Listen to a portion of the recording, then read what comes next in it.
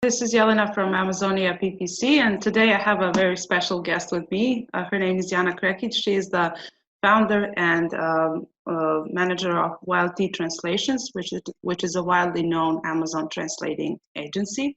Jana, welcome to our episode today, and thank you for being here. Hi, Elena. Thank you for having me. My pleasure. Jana, can you tell us a little bit more about yourself, about the company, and how it all started, and how many employees you have right now, and what kind of services can you offer to Amazon sellers? Sure. So we're an Amazon dedicated translation agency, and we've been around for about almost like roughly 2 years. But I think recently or last year we've just started to scale pretty fast. So we actually started with a team of 5 people, and now we've grown into a team of 42 people. And I'm very happy and very proud of the whole team doing such a great work and great job. So without them, nothing would be possible, definitely. We offer international expansion advice, tips, and we deliver listing translations. We do keyword research. We basically offer everything you need to get started on international marketplace once you have registered your company, applied for VAT, and other stuff. So everything you need translated in a new language, optimized with keyword research, we can deliver that for you. Awesome. That's like a very comprehensive set of services that you can offer. And I know for sure that there are a lot of, for example, USA sellers who are interested in expanding into EU markets and very often lack understanding of the landscape over here and the mindset and the differences between, USA customers and European customers, who are very often a lot more detailed people and less emotional with their purchases and stuff like that. So what exactly would you say is the added value of your services in terms of that? Like, can someone just like that go to like Google Translate and try and translate their listings in any of the local languages in Europe? And is that a possibility to make it work for them? Right. Well, of course you can, everybody can do that. And this is also like, when Amazon Launchpad was doing that, they just stopped their service, I think in August last year. They were actually doing that. They were offering like this automated generic translations, and they were nowhere close to human translation quality because one of the main problems why you shouldn't use Google Translate is that Google Translate lacks the sense of context. So even though you might get some words correct, maybe it will not do such a good job like when translating your bullet or telling your brand story in A+ content.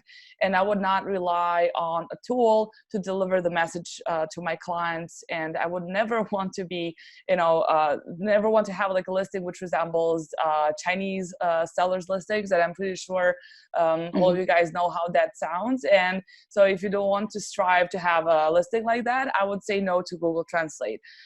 Also, a very typical mistake is that a lot of people also who contact us, but also doing that themselves, if you're, let's say, if you're a US seller, you would just, they would just put like their US keywords and just translate them to German, for instance, if you want to sell on the German market.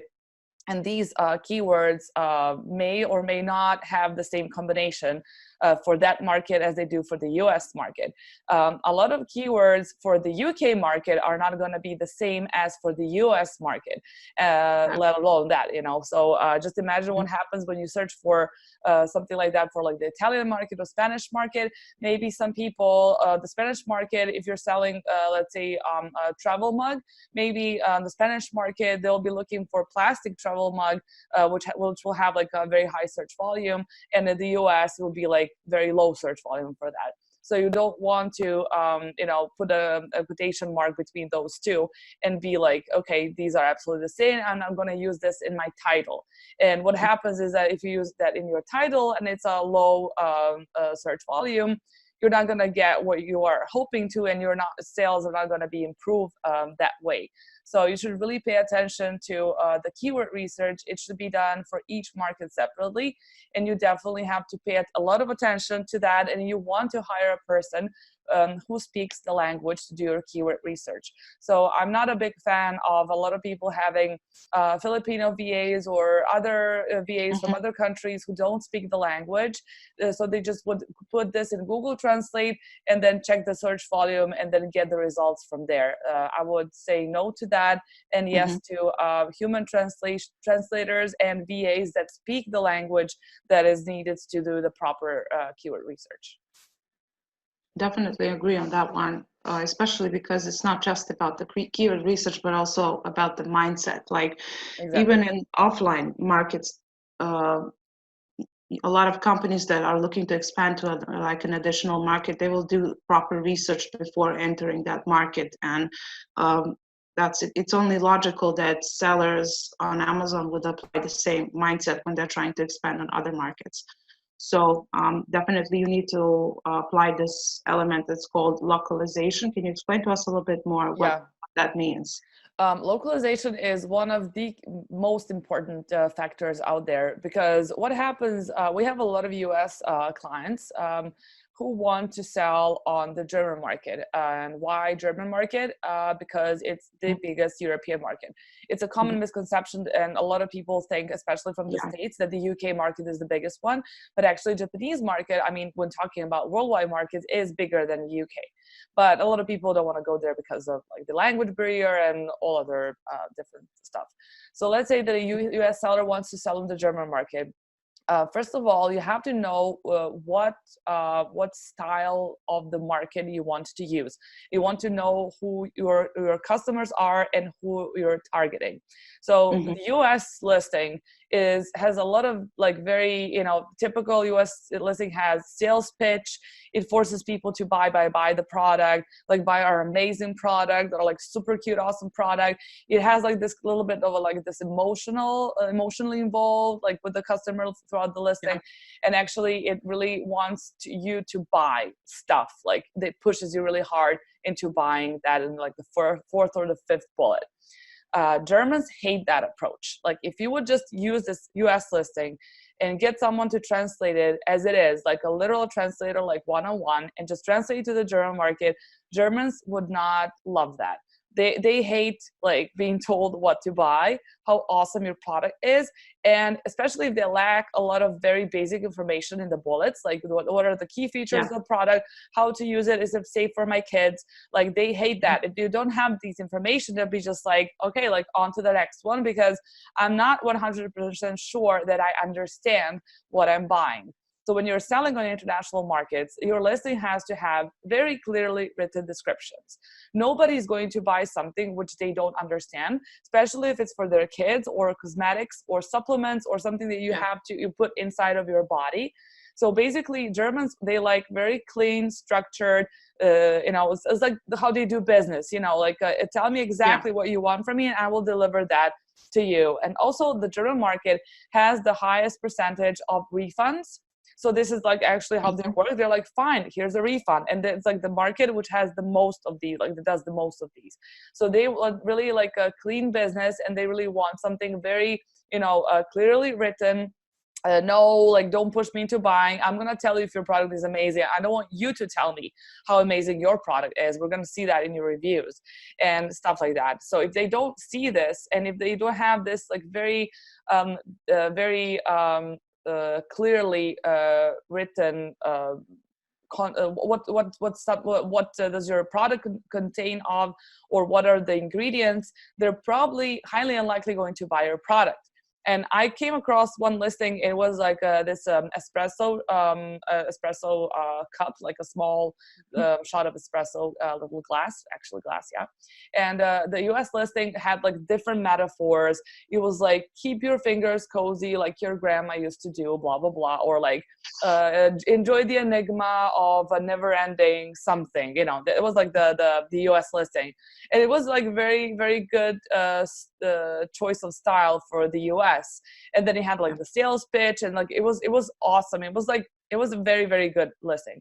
But the German listing of the very same product, where they said like, own the enigma just like your grandmother, blah blah, they just translated this to the German. It says elegant and stylish glass. This is it. And the other one, like keep your fingers warm, like your grandma used to do, it just says thermal isolated glass. Like this is it, you know, no like keep your fingers warm, but like it's thermal isolated, you're not gonna burn your finger. And this is what you understand clearly from thermal isolated glass. And this is like, okay, checked, I'm not gonna burn my fingers, fine, let's on to the second bullet, and so on. So if you just, you know, skip this information and kind of try to make it more, you know, like novelist, like nobody wants to read a novel, no one wants to read metaphors in your bullets. And also a very important thing is to just keep your bullets short. I mean, not too short, but you don't want to maximize on the 499 characters for each bullet, because like nobody wants to read a novel, as I said, and they just want to know the key features, they just want to know which elements are in this product, and then if they like it, they can scroll down and read your A+ content or your product description. So just keep it short and try to deliver all the very important information in the bullets. And the style I prefer for the bullets is that you start with capitalized letters saying like, you know, like if you're selling a coffee mug, you know, like our handle doesn't break. Okay, second bullet, like 100% BPA free, or like dishwasher safe and stuff like that. This is what people want to see. And visually, when you see it, it's quite clear what this product is about. And then people can read like additional small description you left in the bullet. So I think this is what works the best for the German market. And this is what we've had like very big success with coming from the clients. We don't manage anybody's accounts, but we always get in touch with the clients to get their feedbacks, to get information for some case studies that we do. And we're gonna publish that soon on our website. So this is something which is a very good format for the German market. That's super interesting. So you mentioned that the German market is the biggest European market. Is that the one you would recommend sellers to begin with when they're trying to go pan-European? Yeah, I think depending on where the seller is from, for instance, for the States, I would always say just start from the UK because of the language barrier.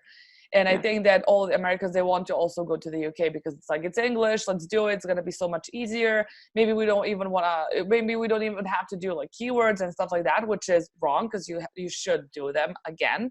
But a lot of US sellers always start with the UK market more than with the German, even though the German is the bigger one. But also they think that the UK is the biggest one because, you know, like, if it's English, it has to be the biggest one. You know, it's like like that kind of a mindset, and or like the popular or whatever. But like when you talk to like a UK seller or German sellers, I would always suggest the UK market to the Germans and the German market to the UK sellers. Definitely to start with. And usually when people talk about this, they want to start with one market, and if that is one market to choose from, they always choose the German market.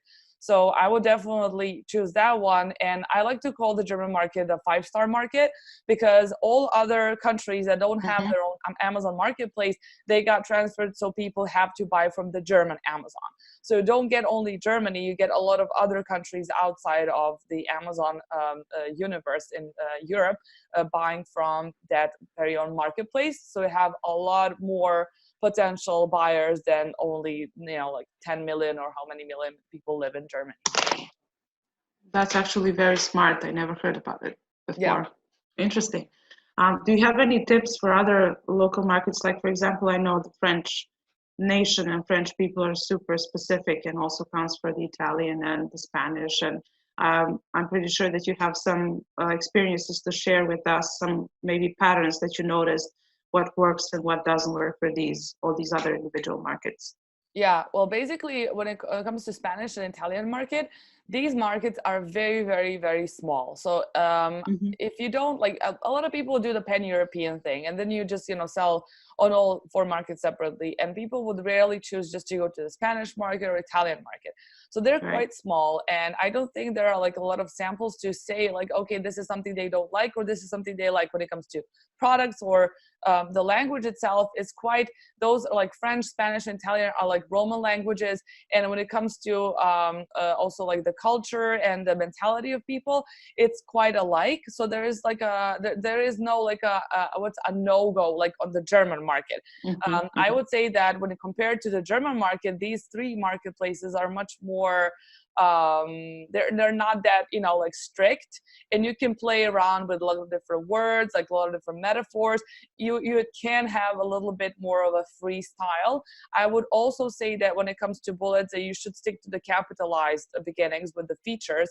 I think that works fine for all markets, never mind where they are. But I would just keep more of a, not a too liberal approach, but more of like you could have the liberty of writing some stuff like more of a like a metaphor way. I don't think any of those markets would prefer that you have the sales pitch in bullets. So when it comes to that, they also don't want to be pushed and stuff like that. And people in France are also super careful about what they're doing for and buying for their kids and for like supplements and stuff like that. So when it comes to that, you also have to take extra cautions. And also when it comes to keywords, I have a really good tip, because a lot of times you will see that in your keyword results, you'll have results without with the words which don't have like accents, like over letters. And when you have like a word like crème, like cream, and you have like a little this accent over e, this is how the words is supposed to be written. If you don't have like this little accent over e, it means that the word is not grammatically correct, and you should not use it in your listing. You can use it in your backends, but not in your listing. But if you use this word in caps, you are allowed to use this word without the accent. And this is how you can save on so many high search volume keywords, which you can actually use in your listing. Let's say you can put it in the first bullet, or, I mean, you should not put it in title, because, you know, caps lock are not like title, but you can use it in the bullet, or maybe put the beginning of your product description. You can actually, you know, get like some super insanely high search volume keywords, which you until now maybe did not know how you can actually use in your text, but you would put them in backends. So you can maybe put them now in your bullets instead, and maybe do like a split testing to see how well they would perform, for instance. Interesting. Those are more like technical things that a lot of sellers probably aren't aware of.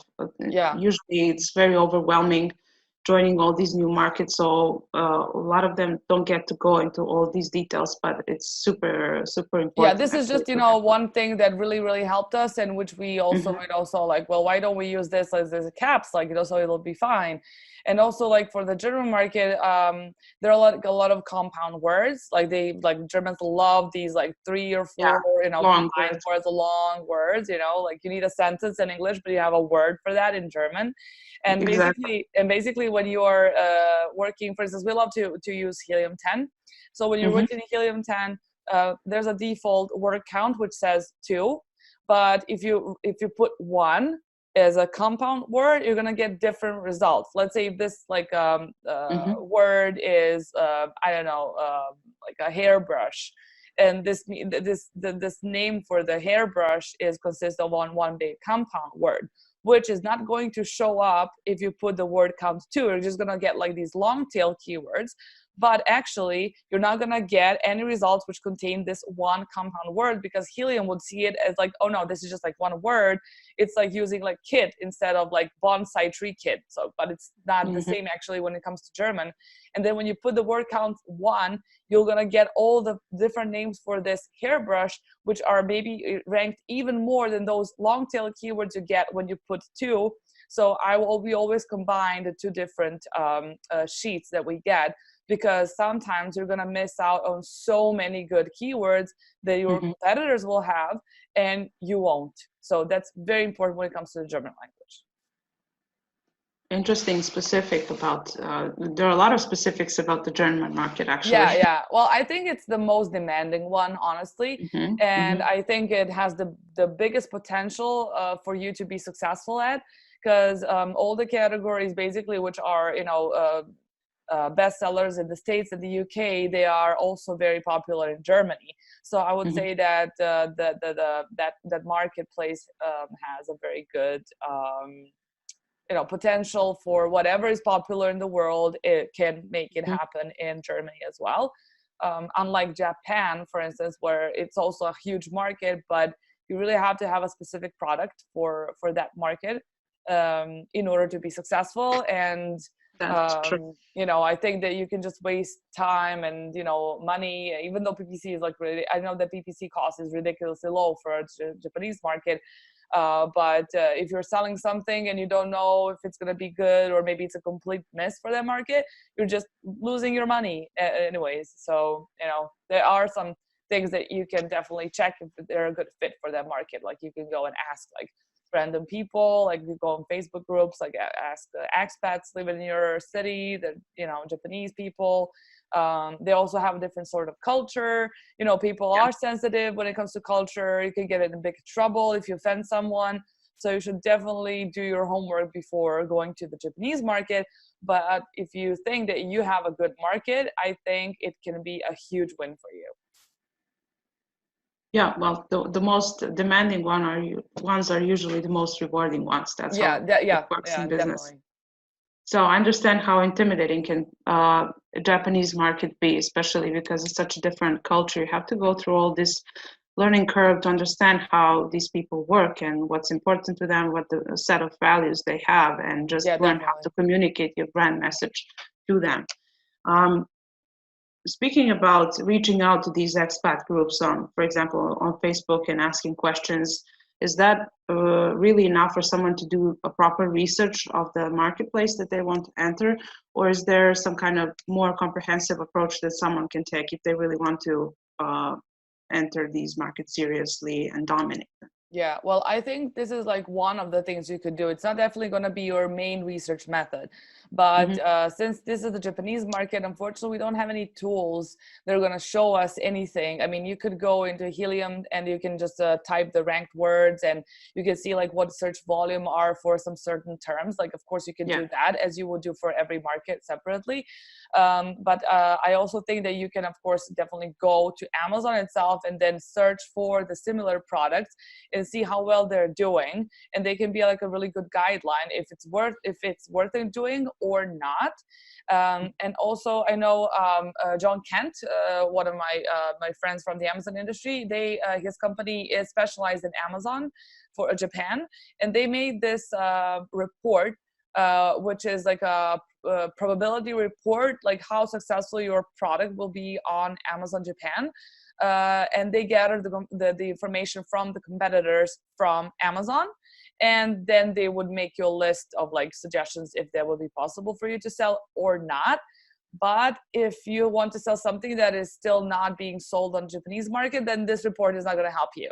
I think you have to do a lot of manual work, a lot of checking yourself, like keywords and stuff. And I would say for the Japanese market that if you don't have a lot of competitors over there and you're selling something which is not that widely known to the audience, I think that you have to sit down and do the dirty work yourself, definitely. But I would suggest like checking the keywords rank, a lot of different reports you can get from Helium, from some other tools, and then you can maybe get a better picture, and also like talking to people that live there, because this is like your audience. So this is like what you get back from people who might be also buying your product. So I think everything that combined can give you some sort of a picture. Would it be possible for that product to be successful or not? It's not the best method ever, but I think it can be a good guideline to know if it's worth it or not. That being said, do you have like any sort of pattern that has started to occur when it comes to mistakes that sellers make when they're trying to enter international markets? Yeah. Well, one of the things is that a lot of people have already used the automated translations, and then they tried to rank for that. That didn't it failed miserably. Especially it sucks because when Amazon gives you that honeymoon period, you want to use it, and then if you if your listing is like very poorly written, or you have like bad keywords, or you don't even have any keywords, and then you use these keywords in your PPC campaigns, which I'm sure when people give you a list, I mean, you hope that these keywords are good. And then like if you use the keywords which are too broad or not specific about the product, and you just like invest a lot of money in them, after this like month of wasting your money and time, it takes a lot of time to come back and just do the things the right way. It just like when Amazon just understands that you're not relevant for the product, like your search terms are not relevant for the product you want to be ranked for, they're just going to remove you from that first page where you land when you're like still fresh and new. And basically what I would always suggest is to do the proper keyword research. You don't have to have somebody who is a native translator, but please hire someone who's going to know the language while they're doing the keyword research, so that even though your language might not be good in your listings, that you really have some good keywords. A lot of people ask me, like, is it like the content which is more important or the keywords? So I would say that I think that the slightly more important are the keywords, because even though you have this beautifully written listing, if somebody types the keyword of the product, your product is not going to show up. So what's it worth that you have like this beautifully written listing if you don't have any keywords in there? And I would always say that, you know, sometimes like the language can sound a little bit odd when you use some keyword in the sentence, but even though like there might be like 2 or 3 sentences like that, if the rest of your text is amazing, it really doesn't matter. So I would say yes to keywords, and a little bit yes to less yes to the content. But you should always focus on putting a lot of the keywords in the title and in the first 2 bullets, but don't overuse the keywords, and don't sacrifice the language just because of your keywords. You can put a lot of those in backend, you can use in subject matter. So I would not like stuff the keywords just on purpose on your listing. If you have A+ content, just, you know, put them in your product description. Always keep that in backend, because this is what also indexed in the most cases. So basically I would just, you know, pay attention to the keywords, and I would just, you know, pay attention to getting started the right way, because it's going to cost you more money and more time and everything if you just kind of do it like, let's do it, let's auto translate it, and that's it, you know. And also definitely to research the market a little bit more. It sounds like such a boring process and hassle, but I think if you do those things before you start selling, it's going to save you a lot of time and money, and it's definitely going to it's definitely going to pay off.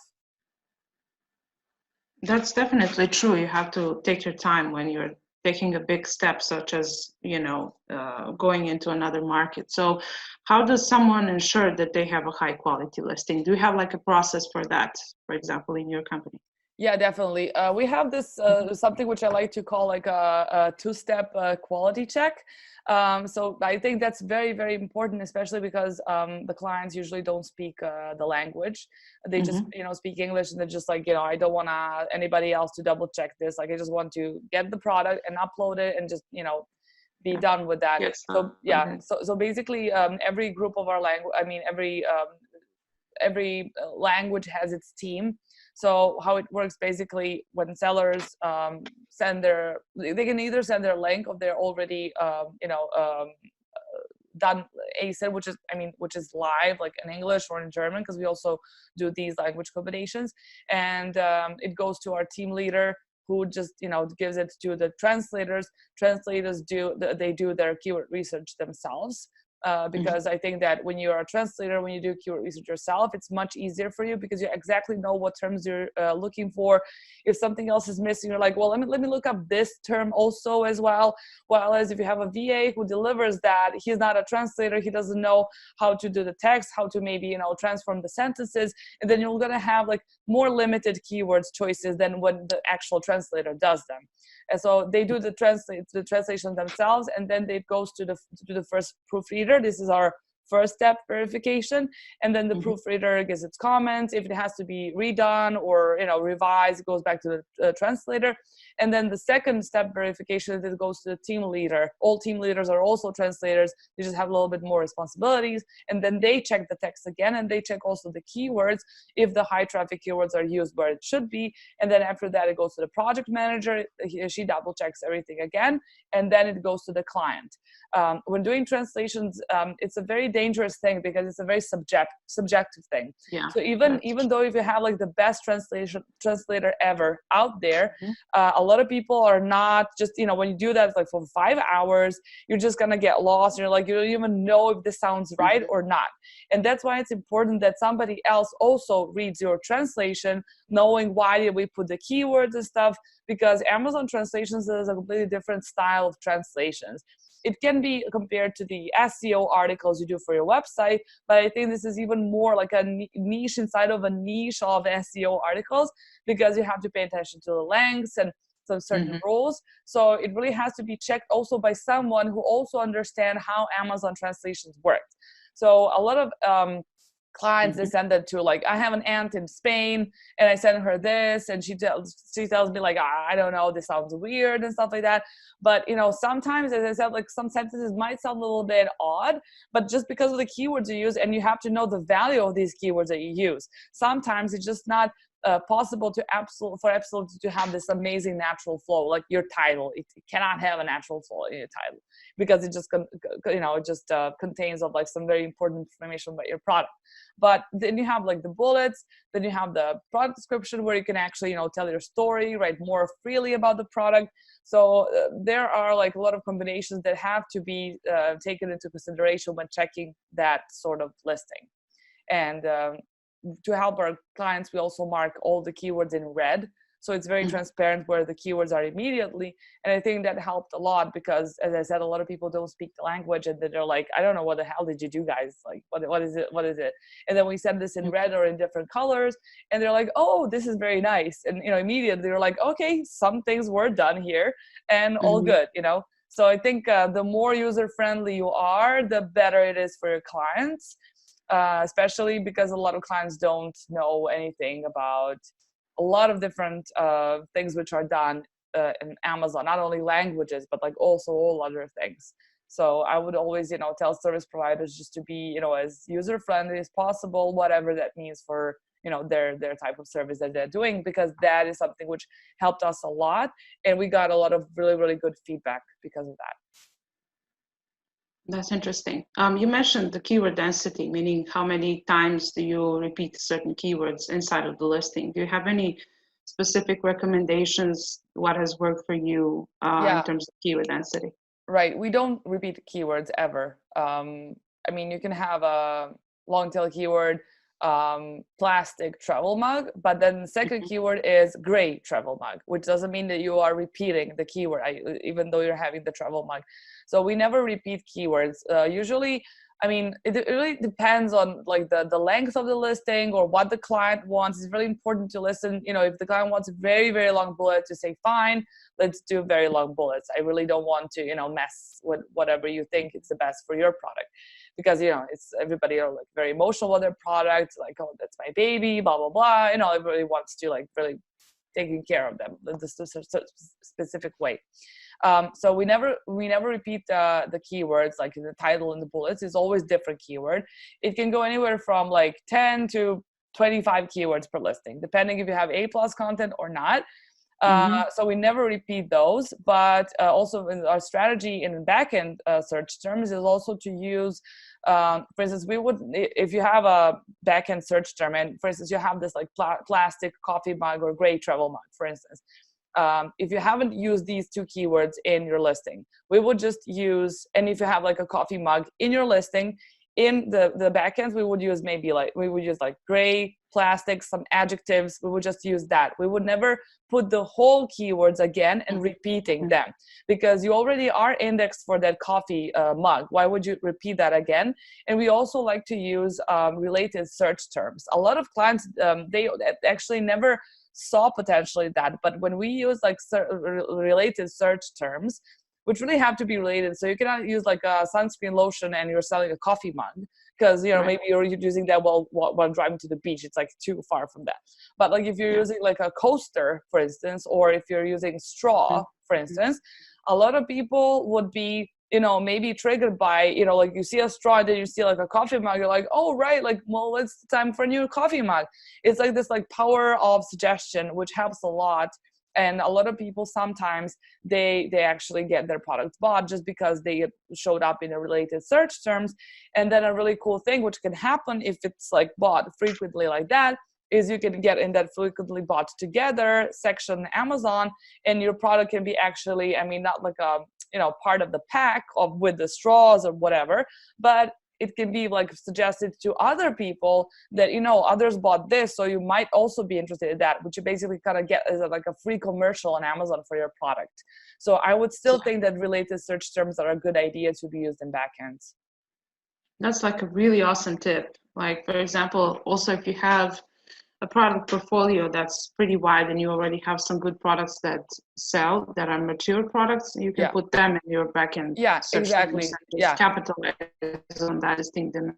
That's definitely. also great thing. Because you know how like a lot of sellers, they have like this little table like in your A plus content, and then if they sell also if they have other products in the same needs, they put this little table. So it's like buy this and this, and like, you know, like this has like, I don't know what this doesn't have and stuff like that, which is really cool. And I always suggest people to do that if they have a lot of products in their niche. But exactly what you said, like you can use those products and put them in your backends, so you can actually get your other products to pop up while people are buying one of them. So that's a really cool thing to refer to your other products.